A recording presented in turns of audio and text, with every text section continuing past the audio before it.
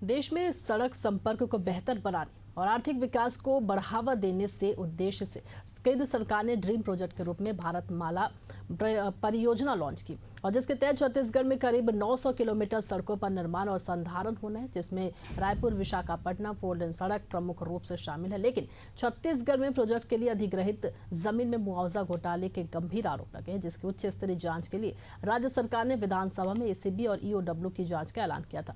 लेकिन अब मामले की जांच रिपोर्ट केंद्रीय सड़क परिवहन मंत्रालय ने मंगवा ली है, जिसके कई तरह के सवाल उठने लगे। देखिए इस पर हमारी एक खास रिपोर्ट।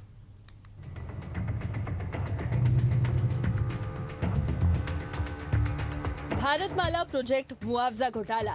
भारतमाला परियोजना में हुआ बड़ा घोटाला। जमीन के टुकड़े कर करोड़ों का बंदरबाट, बैकडेट से दस्तावेज तैयार कर करोड़ों की हेराफेरी, करोड़ों रुपए का मुआवजा आपस में बांटा गया। एसीबी, ईओडब्ल्यू और संभायुक्त कर रही घोटाले की जांच के बीच केंद्र ने मांगी रिपोर्ट। कांग्रेस ने सीबीआई या स्वतंत्र एजेंसी से की जांच की मांग।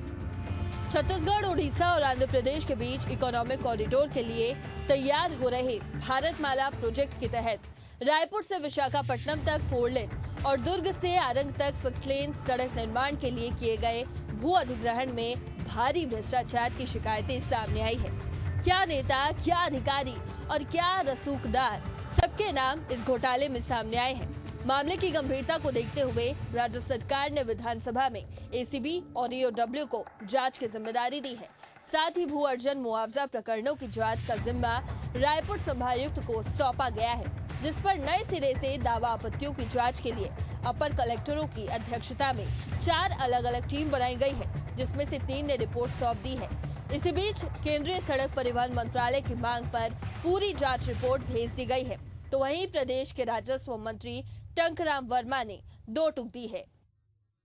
देखिए, भारतमाला प्रोजेक्ट पे जब से हमने विधानसभा में घोषणा किया था कि पूरी कार्रवाई होगी जहां से ये परियोजना गुजरी है और जितने लोग उसमें इन्वॉल्वमेंट हैं, चाहे वो अधिकारी हो, नेता हो, दलाल हो, कोचिया हो, कोई भी हो, सबके ऊपर कार्रवाई होगी। और आप सब देख रहे हैं कि लगातार उस पर कार्रवाई हो रही है। नए नए लोग आ रहे हैं, नए नए प्रकरण खुल रहे हैं, तो उस पर कार्रवाई पूरी होगी।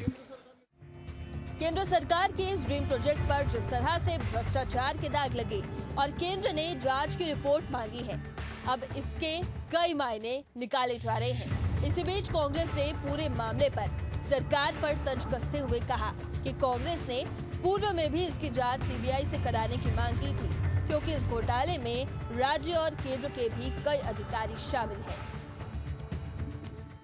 भारतमाला परियोजना में किसानों से जमीन ले ली गई, लेकिन उनके मुआवजा में भारी गड़बड़ियां की गई हैं, घोटाला किया गया है और इसमें भाजपा से जुड़े हुए बड़े नेताओं की बड़ी भूमिका है और अधिकारियों की मिलीभगत है।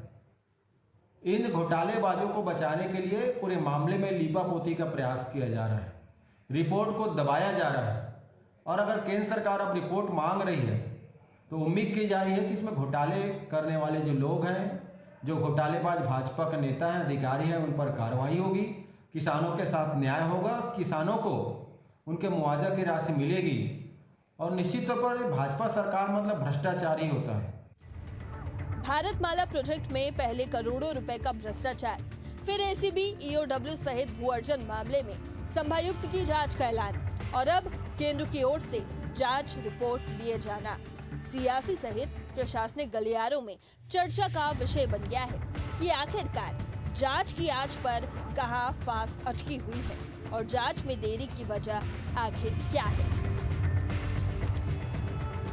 एशिया न्यूज के लिए रायपुर से शशिकांत साहू की रिपोर्ट।